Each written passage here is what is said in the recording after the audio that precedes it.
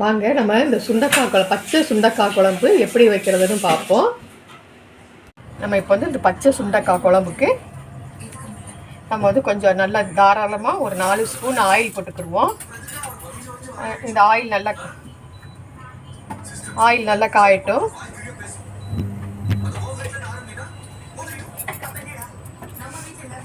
இந்த ஆயில் காஞ்சிருச்சு. இதில் வந்து ஒரு 1/4 ஸ்பூன் வெந்தயம், 1/4 ஸ்பூன் சோம்பு, அது ரெண்டு நல்லா வெடிக்கட்டும்.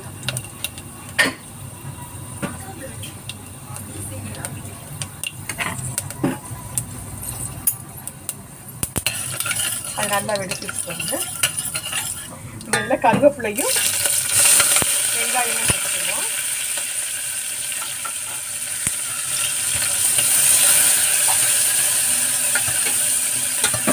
இது கொஞ்சம் கண்ணாடி கழுத்துக்கு வந்தால் போதும். அது லேசாக வதங்கினதுக்கப்புறம் இந்த இதுலேயும் நம்ம வந்து சுண்டைக்காய் கட் பண்ணி வச்சுருக்கோம்னா இந்த பச்சை சுண்டைக்காயை இதிலே போட்டுருவோம். இந்த சுண்டைக்காய் நல்லா வதங்கட்டும்.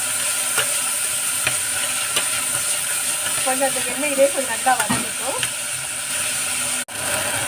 இப்போ வந்து நல்லா நமக்கு சுண்டைக்காய் வந்து நல்லா எண்ணெயிலே வதங்கிட்டு எண்ணெயிலே வதங்கினது வந்து நம்ம கொஞ்சம் மஞ்சள் தூள் போட்டுக்குவோம். கொஞ்சம் மஞ்சள் தூள் நம்மளுக்கு எவ்வளோக்கு தேவையான அளவுக்கு நம்ம வீட்டுக்குள்ள குழம்பு நான் 1 ஸ்பூன் நம்ம இது போடுறேன். இதுவும் நல்லா அந்த சுண்டக்காய் இது விட்டுறட்டும், நல்லா வதங்கட்டும். இதில் வந்து நம்ம வந்து மிளகாய் பொடியும் மஞ்சள் பொடியும் போட்டிருக்கோம். போட்டு நல்லா வதக்கிட்டு அந்த இதில் கொஞ்சம் தேவையான அளவுக்கு கொஞ்சம் புளி ஊற்றிக்கோங்க. ரொம்ப வேண்டாம், ஏன்னா நம்ம கொஞ்சம் பார்த்துக்கிட்டு ஊற்றிக்கிடுவோம்.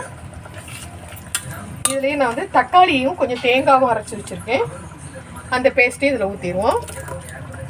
இது கொஞ்சம் கெட்டியாக தான் வைக்கணும் இந்த குழம்பு. இந்த குழம்பு வந்து நல்லா கிண்டி விட்டுக்குருவோம். ரொம்ப கொஞ்சம் கெட்டியாக இருந்தால் ரொம்ப டேஸ்ட்டாக இருக்கும். இதில் வந்து தேவைக்கு நம்ம இன்னும் நேரம் இப்போ இவ்வளோ நேரமே நம்ம உப்பு போடலை. நம்ம தேவையான அளவுக்கு நம்ம உப்பு போட்டுக்கிடுவோம்.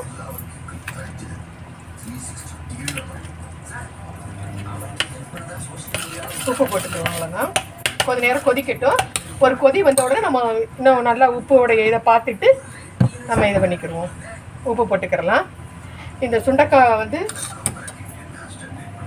சுண்டைக்காய் குழம்பு வந்து வயிறு அல்சர், வயிறு புண்ணு, அதுக்கெலாம் ரொம்ப நல்லது. வயிறு புண்ணெல்லாம் ஆற்றும். பூச்சிப்பல்ல இருக்கிறவங்களுக்கு வந்து இது ரொம்ப நல்லதுன்னு சொல்லுவாங்க.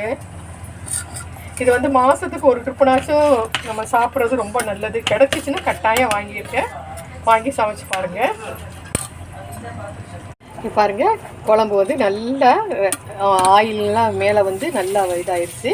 கொஞ்சம் நல்லா இந்த மாதிரி கெட்டியாகவே வைங்க, அப்போ தான் ரொம்ப நல்லாயிருக்கும். புளிக்கு பதிலாக கொஞ்சம் தக்காளியே நீங்கள் போட்டு வச்சிங்கன்னா ரொம்ப கெட்டியாகவும் வரும், ரொம்ப டேஸ்ட்டாகவும் இருக்கும்.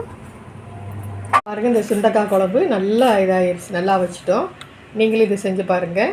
லைக் பண்ணுங்கள், ஷேர் பண்ணுங்கள், கமெண்ட் பண்ணுங்கள், சப்ஸ்கிரைப் பண்ணுங்கள், பெல் பட்டன் அமுக்குங்க. தேங்க்யூ, பாய்.